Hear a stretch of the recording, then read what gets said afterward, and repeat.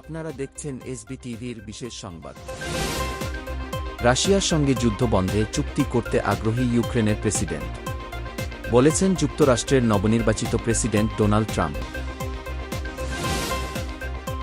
যুক্তরাষ্ট্রে অবস্থানরত সব অনিবন্ধিত ও অবৈধ অভিবাসীকে বিতাড়িত ও ড্রিমার হিসেবে পরিচিত অভিবাসীদের সুরক্ষার জন্য চুক্তিতে আগ্রহী ট্রাম্প।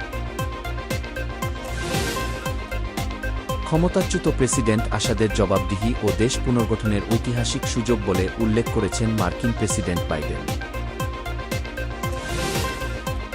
আছাদ পালিয়ে রাশিয়ায় আশ্রয় নিয়েছেন খবরে মানুষ রাজপথে উল্লাস। প্রেসিডেন্টের প্রাসাদে ঢুকে লুটপাটও চালিয়েছেন অনেকে।